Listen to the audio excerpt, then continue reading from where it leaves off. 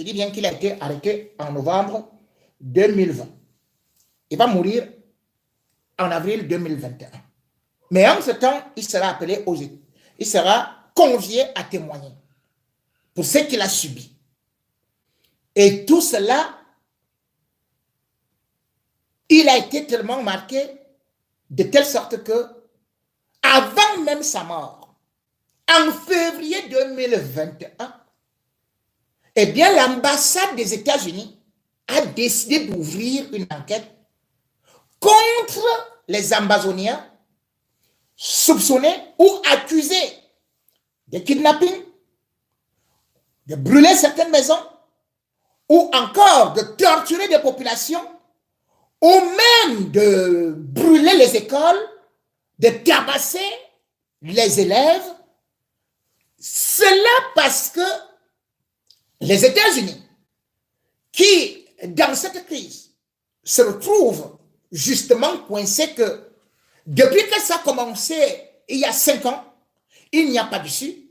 Il faut maintenant frapper la main sur la table. Et il faut commencer à arrêter. C'est ainsi donc que ce rapport a été fait. Et sur la base de ce rapport, il y a eu des enquêtes. Les enquêtes ont été menées à partir de février. Je vais vous citer certains noms. Maître Agboubala a été interrogé par l'ambassade des États-Unis à Yaoundé par rapport à la crise anglophone. Ces témoignages, il est dans le rapport. Je peux vous citer par exemple le professeur Christophe Foumouni. Il a été entendu. Son témoignage est dans le rapport. Je peux même vous citer Dr. Success Nkonga. Il a été interrogé, mais pas au Cameroun. Parce que les autres, ils ont été interrogés à Yaoundé. Success Nkonga a été convié à Abuja, à l'ambassade des États-Unis à Abuja, pour être en temps. Mais ça s'est passé en visioconférence avec Yaoundé. Et il y avait aussi 6 autres anciens combattants dont je vais vous donner les noms. Non, je ne donne pas les noms. Je ne donne pas des noms parce qu'ils sont au Cameroun et on risque de faire une pression sur eux pour connaître ce qu'ils ont dit. Mais moi, je sais ce qu'ils ont dit. Ils sont 6 anciens ambazoniens qui ont donc été interrogés. C'est à la suite de ça que ce rapport a été envoyé à la justice américaine. Et c'est la justice américaine qui engage donc le FBI dans cette enquête-là, dans ce dossier-là, pour des arrestations. Il y a plusieurs personnes qui seront arrêtées. Je vais vous donner leur nom, leur fonction et leur relation. Mais ce n'est pas tout, parce qu'il y a aussi des membres du gouvernement camerounais qui sont dedans. Et quand vous regardez donc cette liste, ces gens seront arrêtés non seulement aux États-Unis, même à l'Union européenne, et voire en Asie. Les Américains vont mettre tous les moyens, et même dans ce qu'ils appellent Ground Zero et Ground One. Les Américains iront les chercher. Ça, ne vous en faites pas. Ce qui vient de commencer sur une suite, celui qu'on vous dit là, que c'est l'avocat camerounais, machin, et tout, c'est de l'escroquerie. Qu'est-ce qu'on fait? À Tangandji, et les autres mentent à Paul Biya avec Ngongo, que oui, nous sommes en train de tout faire pour mettre les Camerounais, les Ambazoniens hors d'état de nuire. Nous avons vu les diplomates, nous avons fait ceci, nous avons ceci, ceci. C'est faux. Et vous savez combien on lui donne à cet avocat-là? 200 millions chaque année. Il touche chaque mois pour rien. Et il se partage. Et il mentent à Paul Biya que c'est eux qui ont fait ça. Je vais donc dire à ceux-là qui sont là et qui sont maintenant dans la liste, ceux qui seront bien évidemment arrêtés dans les prochains jours où il y a des enquêtes. Parce que les enquêtes sont en train d'être complètement bouclées, mais il y a une liste de ceux qui ne vont malheureusement pas échapper. Selon les renseignements que j'ai eus, je dis bien une enquête qui a été bien fouillée.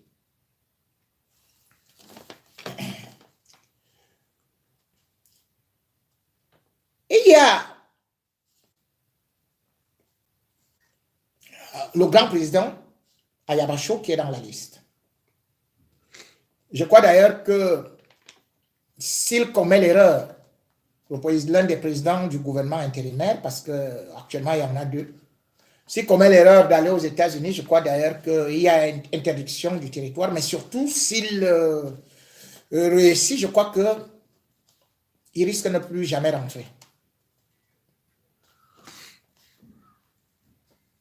Parce que dans le rapport, on dit bien évidemment que... Je vous rappelle que les États-Unis ne sont pas contre la sécession, hein. Pour l'instant, non.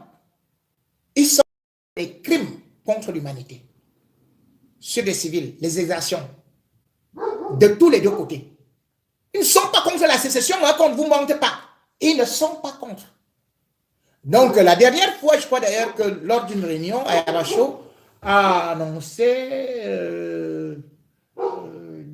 l'achat de 200 armes d'assaut et bien sûr aussi d'autres qui arrivent maintenant aux États-Unis. Et ceci, la pression est d'autant plus énorme que le Nigeria a aussi eu à se plaindre. Pas seulement le Nigeria. En fait, c'est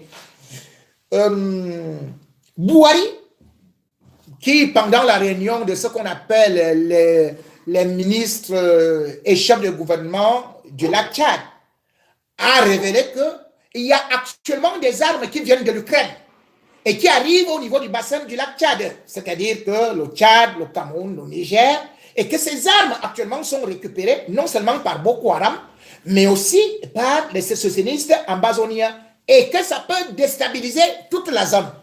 Il a donc appelé justement mardi dernier les États-Unis aussi d'agir, mais il avait déjà aussi fait ce rapport-là disant qu'il y avait bien sûr les frontières très poreuses et qui permettaient de telle sorte que tous les États soient déstabilisés.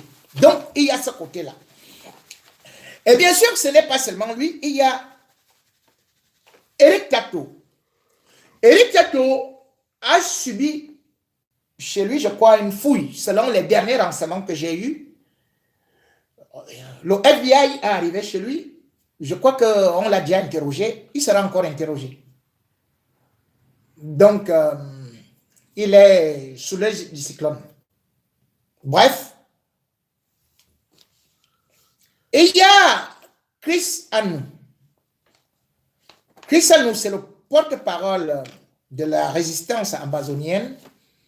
Et selon certaines informations que j'ai eues, il aurait voyagé, je crois, le 17 novembre 2022. Il devait être, je crois, quelque part en Asie, puis il est revenu peut-être le 21 novembre, et puis il a été directement, le FBI a fait éruption chez lui. On lui aurait confisqué son téléphone portable qu'on est en train d'exploiter en ce moment, tout comme son laptop. Je crois que lui également devrait beaucoup se méfier parce qu'il est sur cette liste des prochaines arrestations. Il y a Tapan Aïvou. Et pour aller un peu plus vite, Capo Akwanga, Bénédicte Kwa-Effan, Nopiti, que vous connaissez déjà, Tenkobo, Sagat, et puis il y a certains qui utilisent aussi des sobriquets. Il y a Gary Kwara Nkunkum. Mais cependant, il faudrait dire une chose. Le gouvernement américain ne va pas s'arrêter là. Il y a les membres du gouvernement de Biya qui doivent tomber. Ils sont dans la liste. Parce que avant l'arrestation, avant le kidnapping de Monseigneur Toumi, les membres du gouvernement camerounais ont été impliqués, ou tout au moins l'armée camerounaise a été indexée dans le kidnapping et surtout aussi le meurtre d'un pasteur américain. Alors, ce qui a été fait, puisque je crois qu'il a été tué le 30 novembre 2018, Charles Truman Wesco, son frère est sénateur. Les Américains avaient déjà lancé une première enquête. Et à l'issue de cette enquête, non seulement Reuters avait confirmé que c'est l'armée camerounaise qui avait le pasteur, mais l'armée camerounaise avait dit qu'il y avait eu un échange de tirs. Et d'ailleurs, à cette époque, c'est celui qui était le porte-parole du gouvernement qui était monté rapidement au créneau, à savoir, comment on l'appelle, Bakary, Issa Chiroma, qui avait accusé les sécessionnistes. Les Américains ont lancé leur enquête et ils ont découvert que c'était un meurtre bien ciblé pour ce pasteur qui était installé au Cameroun et dont on a recueilli le témoignage. Et il avait bien évidemment 8 enfants, mais les Américains, parce que la femme avait demandé au gouvernement américain, il est temps d'intervenir. Ce qui se passe au Cameroun est actuellement trop grave. Il faut intervenir. Et bien évidemment, le frère de ce pasteur, sénateur, a fait une pression pour que le Sénat s'intéresse de trop près à cette histoire-là. Vous avez d'ailleurs vu des commissions de sénateurs arriver au Cameroun. C'était suite à une foultitude d'enquêtes. Et il revient donc après toutes ces enquêtes, bien évidemment, et il y a aussi d'autres choses qui sont avérées, à savoir des assassinats ciblés, des populations civiles, ou encore de certaines autres personnalités, et même des kidnappings, avec des milices qui ont été formées par des membres du gouvernement. À la suite de cela, entre donc dans la liste noire, et ceux qui seront arrêtés par la justice américaine. Et il y a un certain Moya Moja. Il est le chef régime du régime et protégé par Atangandi. Et il y a un Kondatitus, alias MKPD, c'est-à-dire il a une chaîne là qu'on appelle Mycontribute, quelque chose comme ça. Chaque fois qu'il y a un meurtre, que ce soit par exemple la gardienne de prison, c'est lui qui publie toujours les premières images. Et la justice américaine a retenu pour lui, bien sûr, ce qu'on appelle incitation à la haine. Et bien évidemment, propagation du meurtre et tout ça, voilà et tout ça. Donc, un Kondatitus sera arrêté. Il peut rester tranquille pour l'instant. Moi, je donne seulement. Ne dites pas que je suis contre tel ou tel. Mais je donne les noms tels que, à la suite de mon enquête, parce que le régime était en train de dire un certain nombre de choses, eh bien, il fallait bien que je fasse mes enquêtes et que je vous donne aussi ma version des faits. Et il y a Oka Nassiri Clovis. Lui aussi a été identifié comme un chef de milice du gouvernement camerounais. Et il y a Oumde Joseph. Il a aussi été identifié comme à la solde du régime du camerounais et il est accusé d'avoir détruit le village Kembon à Manu. Et bien évidemment, il y a ceux qui sont des cadres de l'armée qui sont aussi sur cette liste, dont je vais vous donner les noms très importants, à savoir par exemple le général Sali.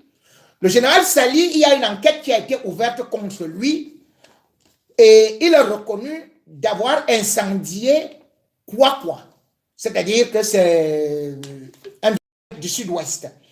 Il y a le colonel Émile Bankui, lui alors son dossier c'est trop grave, ça, je passe même très vite.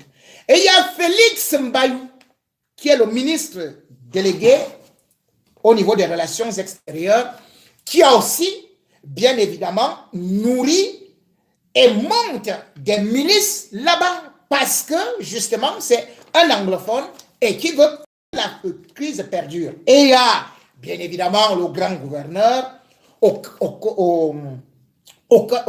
Kalabilay, qui lui alors c'est beaucoup plus grave encore parce que lui il a même traité les anglophones de chiens, de cafards, il fallait les éliminer sans pour autant oublier le ministre Laurent Esso, le ministre de la Justice. Il faut quand même se dire que l'ONU, et bien évidemment, avait déjà demandé la libération des prisonniers politiques.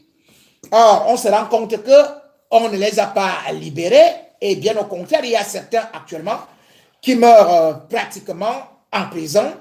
On en a vu la semaine dernière et un autre encore dont il y a Hassan Virginus qui est mort en prison, tout comme Rodolphe Angou. Lui aussi, il est mort en prison. Ils sont en prison depuis 5 ans. Ils ne sont pas jugés. Et bien sûr, il y a d'autres cas des prisonniers qui n'ont pas de soins. Donc, c'est sur ce que Laurent Esso sera, si jamais il part aux États-Unis, il risque de ne plus jamais rentrer.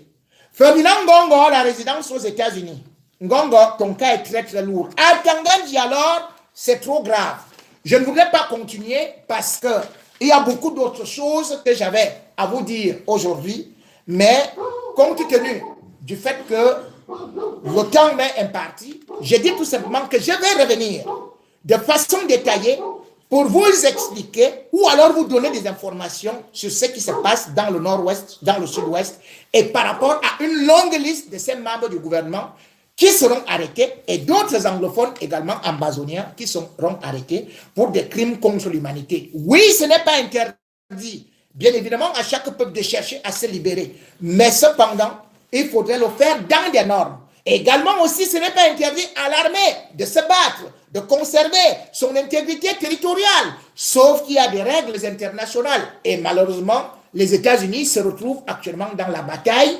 La France a voulu couvrir un certain grand nombre de faits, mais la France s'est retrouvée dans l'obligation de donner le feu vert. N'oubliez pas que à l'époque également, Kadhafi, avant qu'il ne soit attaqué, il était en France, il était bien, semblait être protégé par Sarkozy. N'oubliez pas d'autres qui ont cru compter sur la France, mais à un certain temps, quand les États-Unis font pression, on lâche.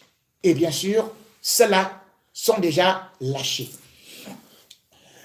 Merci donc de m'avoir écouté aujourd'hui, puisque c'est la Coupe du Monde. Eh bien, je vous dis au revoir. Je salue tout le monde et je vous dis, regardons d'abord le match et à nous revoir pour d'autres directs du samedi soir. Argentine contre Australie.